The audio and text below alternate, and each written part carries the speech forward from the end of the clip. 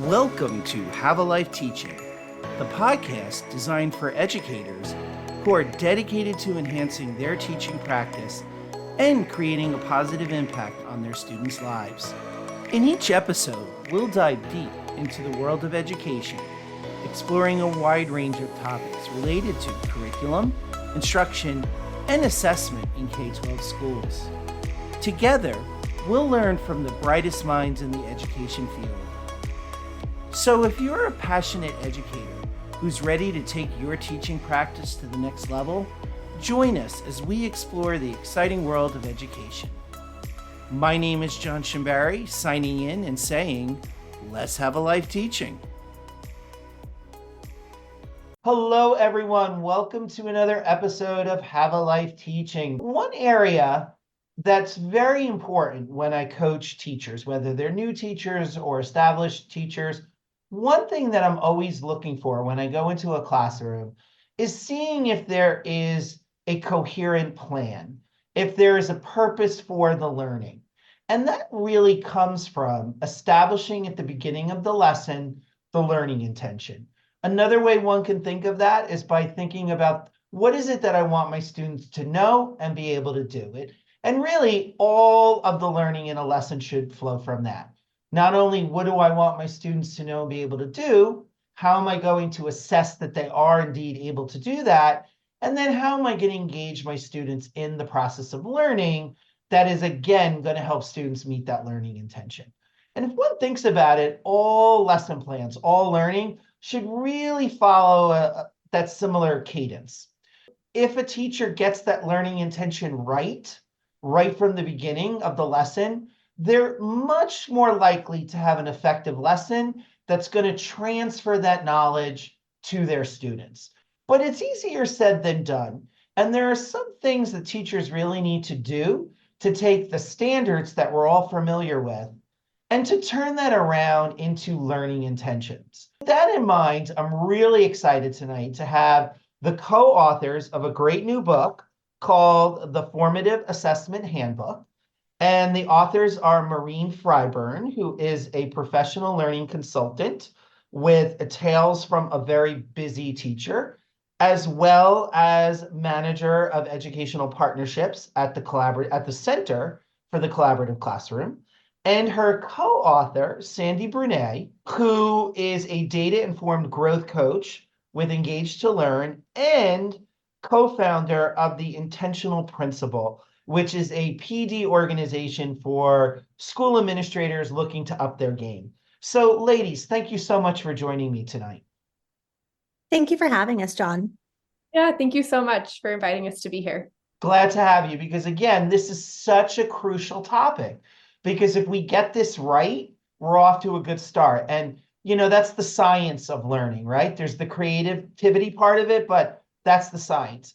And if we get it wrong, then our whole lesson is going to fail from there. So it's really critical that teachers know what learning intentions are, as well as how to use them and why they're important. But before we go into that, ladies, if you could just describe a little bit more about how learning intentions became your area of interest.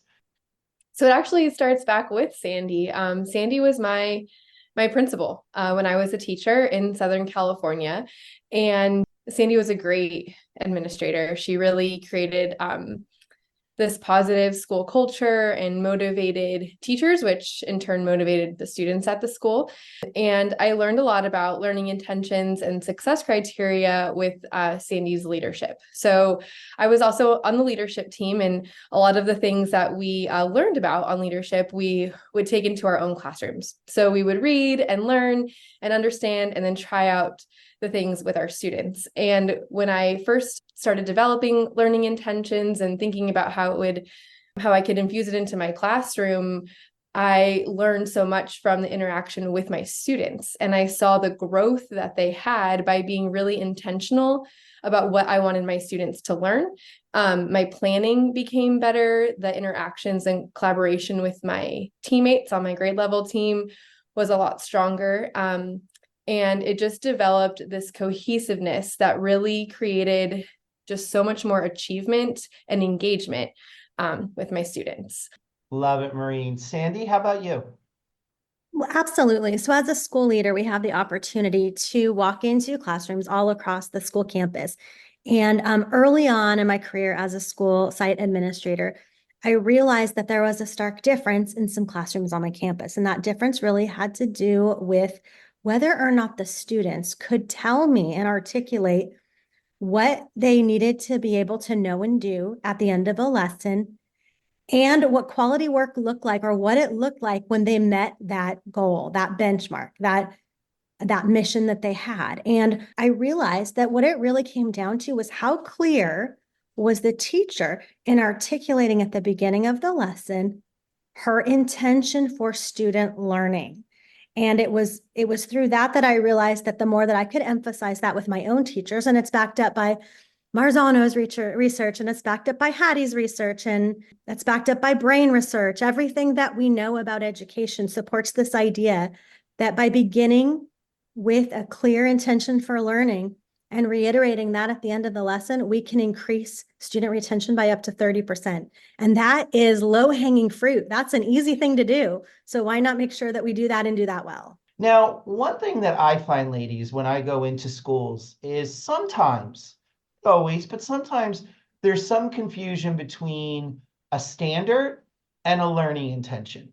And I'll go in and sometimes see what is actually a standard put on the board rather than a learning intention. So for the benefit of our listeners, some of whom may be new educators, can you talk about what are standards, what's a learning intention, how they're similar and how they're different? Absolutely. And Maureen, feel free to jump in and shift the course with anything that I share too, okay?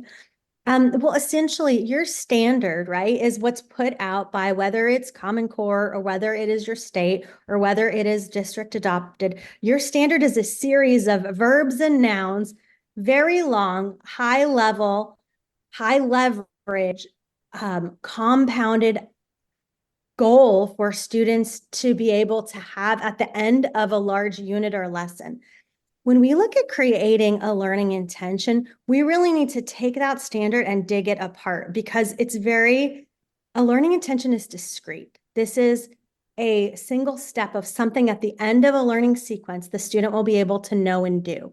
If you take some of those like fourth grade level math standards, for example, you're going to spend weeks and weeks pulling that apart and looking at each verb and looking at each noun and making sure you cover every component of that standard and teach it to the level of depth and complexity that's needed for students to achieve success. When we talk about a learning intention, we're really boiling that down to the noun and the verb that we are working on, so that at the end of a lesson, a student can walk away with and be able to do something with that learning related to a specific task that has been outlined by the teacher. Maureen? Sandy, you said that beautifully. And John, this is such a great question. It's something that both Sandy and I are very passionate about, and we did a lot of work with this at the schools we were at. And I think a huge difference, and I'm just adding to what Sandy is saying, is between a learning intention and a standard, is that a standard can have multiple learning goals. And it's really important as the classroom teacher, as the expert there at the front of the room, that you have the knowledge and the skills to be able to break that standard apart and know what you're teaching. Along those same lines, we're using different curriculums and we have different resources in our classroom, and we have to know what standard and what skills in that standard are being used with that curriculum or that resource. It also ties into assessment. If I'm going to be using this district issued assessment at the end of this unit or this lesson, does it address the standards that I've taught? And in order to know that, you have to deconstruct and know the learning goals that go into that, so that you can be effective. And what you talked about, teaching with purpose and understanding what you're teaching so that your students can be successful. And I think too, once you've created that separation and understand that your standard is that goal by the end of the unit, or by that summative test at the end of the year for the state test, that's what your students have to do. And then you've broken it apart and made those goals. You know what you have to do as that classroom teacher to get your students to be there. And it creates that teacher clarity, because you're communicating that as well to your students so they know, and there's that reciprocity between the two of you.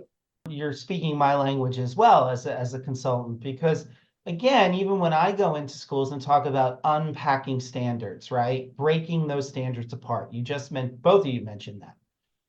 The reason we have to do that is because if we don't break up those standards, because Sandy, you were mentioning the standard is something that is to be learned by the end of some large lesson, or more likely a unit. And if we don't break that down into its component nouns and verbs, there's a really good chance we're not going to cover everything that the standard is actually asking us to cover.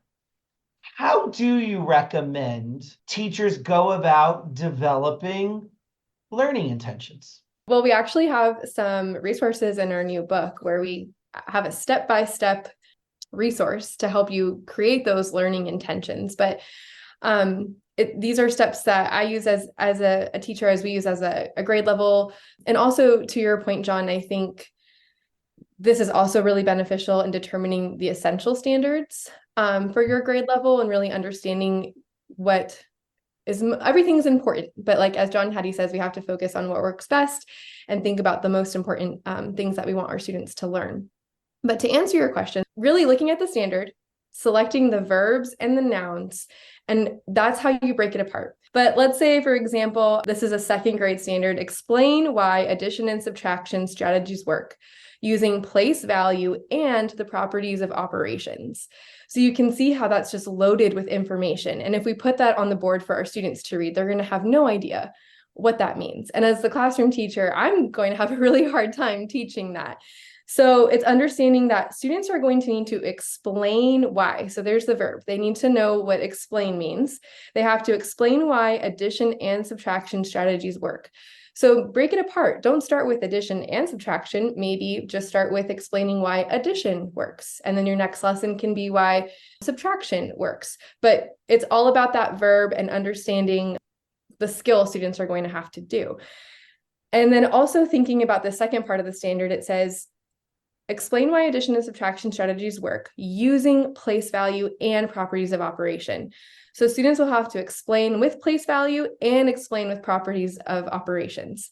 So that's almost like 5 lessons with one standard. So once you've gotten the formula down of understanding the verbs, what students have to do, and then the nouns being the skills that are involved in the standard, then you can really look at your lessons and your unit and really plan out your instruction. Maureen did an excellent job of summarizing that. The only piece that I would add is that once you have those, you can also then align those to Webb's DOK or Bloom's taxonomy and really figure out the level of rigor, because as a school site leader walking into classrooms, one of the areas where I see teachers struggle at times is that the rigor of the standard is not always matching the rigor of the instruction or the rigor of the independent practice that is given to the students. And then they ask themselves, when statewide testing comes around, how did my students struggle on this? Well, we're not necessarily teaching to that level of rigor. So the more that we pull that standard apart and find those learning intentions and figure out the level of rigor that we're teaching at, the more that we create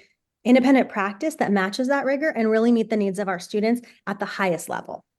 How would we increase the rigor? Well, absolutely. So I think when we look at like Webb's DOK, for example, explain is putting us right around level 2, right? So you're not just recalling, but you're doing some type of skill or concept. But there are ways to kick that up a notch or increase it. I think the first step is making sure that you're actually teaching at that level to begin with, and make sure that your students have mastery at the level at which the standard is written. And then when and if you have the opportunity to scaffold up for students and to move beyond, you can take that into really looking at looking at those verbs, the verbs like comparing or investigating. I think the more that we focus on those verbs, the more we can bump up that level of rigor. But I think the first piece is really just getting mastery of that standard at the level at which it's expected to be tested. Right. And then, to your point, providing scaffolds for those students who would struggle even to get to the level of that standard. What are you going to do to put in place? Again, not to dumb down the learning intention for those kids, but to provide them the support so they can reach that learning intention.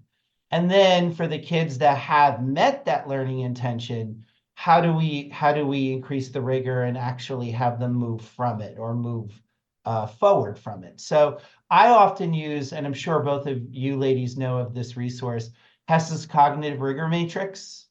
And maybe I'll link to it in the show notes for folks, where Bloom's is vertical on the left-hand side and Webb's depth of knowledge is horizontal on the top, right? Sandy, am I right about that?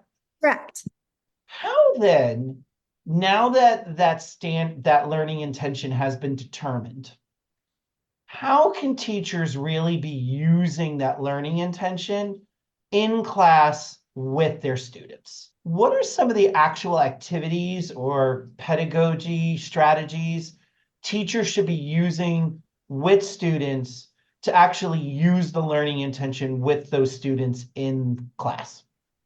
That's a great question, John. And I think that there's a lot of different ways that teachers can work with and keep that learning intention alive throughout the lesson. And some of it actually is dependent even on the age of the student that we're working with. So I've been a school leader in schools from all the way from pre-K to 12th grade. And so that looks a little bit different, but oftentimes the simple act of repetition of that learning intention and students being able to articulate what it is that they need to be able to know and do at the beginning of a lesson, and then kind of re-explain the steps that they went through to do that at the end of a lesson can reinforce retention and learning. So that's one component. In addition to that, I think that as students go through a lesson at the upper grade, really working with that learning intention through discourse. So one of the things that's really becoming a critical component for student engagement as we have students coming to us who have a whole different set of things that excite them and involve them outside of school, and we have a limited attention span, we really need to harness and focus in on ways that we engage students. And one way that we can engage them is to stop being that sage on the stage and really allow for high level discourse, whether that's mathematics discourse or whether that's student synergy and talking within the classroom. We want to make sure that we build that learning intention. And if we have language learners, which is a huge subset of our population that we're teaching as well, providing sentence stems and entry points, all of these things that reinforce the language and the academic vocabulary that is embedded within the actual learning intention. Spot on what Sandy said. And I think I was just thinking of a few examples from my classroom, my personal teaching, and really embedding that learning intention in everything we did. And these are resources too that you can find in our book. But something that I found that was really powerful was something I like to call a learning target ticket. And it was where students were told the learning intention at the beginning of the lesson and rated themselves on how they felt. And then I taught the lesson, and at the end of the lesson, they rated themselves again on the learning intention and how they felt about it. And then they wrote a reflection, and that was usually tied to their independent practice. So a lot of that student engagement and interaction and letting them be a part of that learning journey and understanding that the learning intention is for them to know where they're at now and where they're at the end of the lesson. I think also incorporating success criteria within the learning intention and giving students the idea of what success looks like when they meet that learning intention is so valuable. And it, again, integrates that learning intention throughout the lessons. I always liked to have my learning intention on anchor charts, and then I would write the success criteria underneath. And if it was like, for example, a particular math unit, if we were learning all about adding fractions, I would post all the anchor charts around my room on that large post-it note paper. And then I would leave them up and remind students, like, look at all these learning goals that you are working on. Like, this is amazing work. And just reminding them of all the things that they're learning and how it just picks up, on each other. And I think modeling too is so important as teachers when we're modeling skills and our metacognition and really thinking about thinking and showing students how we're taking that learning intention and we're looking at these steps on how we're going to get there. And let's think about it. Let's talk about it, similar to what Sandy said with that discourse, and having those conversations in class to really support students with their language skills as well. And then finally, I think formative assessment really ties into this because we really want to know if our students, and the students want to know if they've met that learning intention. So I think just always embedding formative assessment strategies after lessons, before lessons, similar to the learning target ticket, and just thinking about how we can continuously have that conversation about our learning goals is so powerful, because it all builds upon each other and we need to make it evident in the classroom. By having students articulate back at the end of a class whether or not they met the learning intention or not only supports the development of their development in that particular skill, be it a math skill, ELA skill, science skill, what have you, or standard, but you're also really getting at social emotional competencies as well, because you're really asking students to reflect upon their own growth. And then I think the next wonderful step that comes from that is, again, looking at that success criteria that you mentioned, Maureen, seeing which of the criteria they have met, which of the criteria they have yet to meet, and then having them ask themselves, with you as the teacher, of course, helping, all right, how are you going to meet the success criteria that you have yet to meet? Speaking of this, and because you both have such a wealth of knowledge around learning intentions, success criteria, and how that feeds into assessment, can you think of some examples of schools that you have worked with that have used learning intentions really, really effectively with their students? Absolutely. So I think I have the opportunity. I don't know if I was able to, if I shared, but I have the opportunity. I travel across the country coaching, kind of like you do, John. And I primarily actually coach superintendents, school leaders, and district administrators. But in many of those coaching opportunities, we push in and do walkthroughs in classrooms, and we do some observations. And I will say that, I think like if I go back to when I started as an administrator, we had people posting standards. This is like 15 people were literally posting a standard and kids were reading a standard. And I remember thinking to myself, nobody knows what that means. There's so many words. This is a room full of students who are still developing their academic language. No one's breaking this apart. No one's helping them figure that out. And so it's nice to see that we've really shifted to moving towards student-friendly learning intentions and really breaking them apart. And so as I walk into classrooms, so I'm working with Clark County School District in Nevada. I worked with Los Angeles Unified School District, obviously in California. And what I see in the most effective and successful classrooms, all of them are working with learning intentions and some level of success criteria to one extent or another. When I see them most effective, it is because the teacher, number one, has taken the time to really deconstruct and break down that learning intention to its most basic form. So it really is one true discrete piece of knowledge. And then the second thing that we haven't really touched on yet in our conversation today, but we actually do touch upon a lot in our book, is that those effective classrooms are then truly implementing in the moment formative assessment. So they're not waiting to do their formative assessment to the end of a unit or a lesson.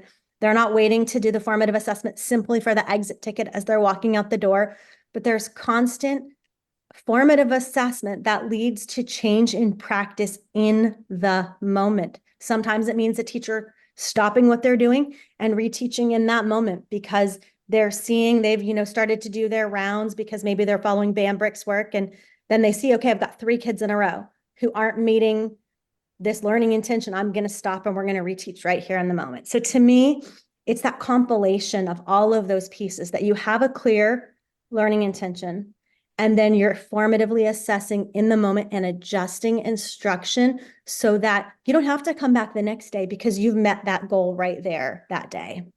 Maureen, would you mind talking about what Sandy was just mentioning, these formative assessment strategies in the moment? What are some of those strategies? What would they look like to you, or what can they look like? Yeah, I'm again going to take my personal teaching experience and thinking about in the moment while you're teaching. It can be as simple as students holding up whiteboards, as you're checking for their understanding. It's as simple as students turning and talking and you walking around the classroom and listening to their conversations. Having a simple 1-minute response that you can look at as you're walking through your lesson. It's really more about engaging in the lesson, asking students questions, getting them to engage and participate with each other, as we've mentioned throughout this conversation, and then continuously listening for student feedback. As the classroom teacher, just having the skill and you have to just be on your feet and know, as students are giving you these answers, what to ask back and not just say, great job.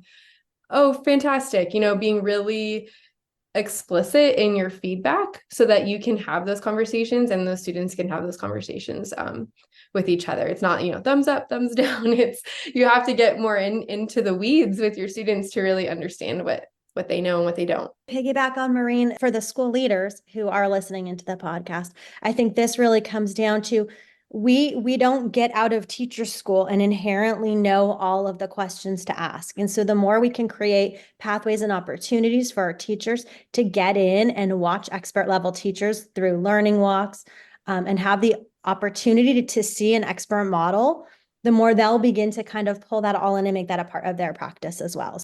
I need to focus on Sandy one more time, but when she was my administrator, we had this great system where we had a big chart on the board in the staff lounge, and we had the names of the teachers and the times, and I'll have to send you a picture of how it was organized. But if you felt comfortable, you could put your name on the board, and our administrators would go take your class for you, and you had the opportunity to go to another teacher's classroom who volunteered, and you could watch a lesson, and you could see a specific strategy. And you definitely need to have that culture of vulnerability and be brave and have all those things set up in your school. But once those things happen and you can have that collaboration across grade levels and within grade levels, it just created a really great sense of camaraderie, I think, among the staff and seeing those great ideas that others were doing. Ladies, is there anything that we haven't talked about that you think our listeners really should know when it comes to the link between learning intentions, success criteria, and assessment, particularly formative assessment? I think that it's extremely important to continuously and effectively use formative assessment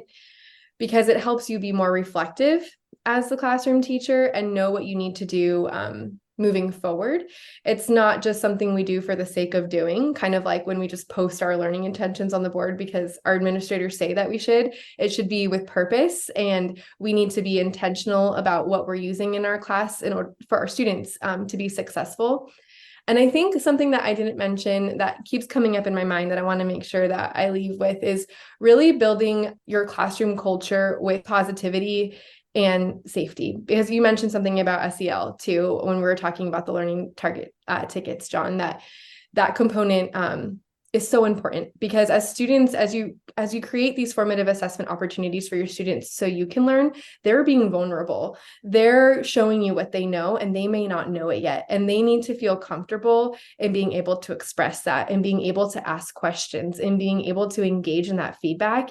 And if you haven't set up a classroom where students feel safe to do that, then your formative assessments may not be that useful. So I think just as you start to implement formative assessment with more intentionality, just to think about also creating a really safe space for your students to feel the need and the opportunity to talk to you and give you their feedback. Totally agree, Maureen.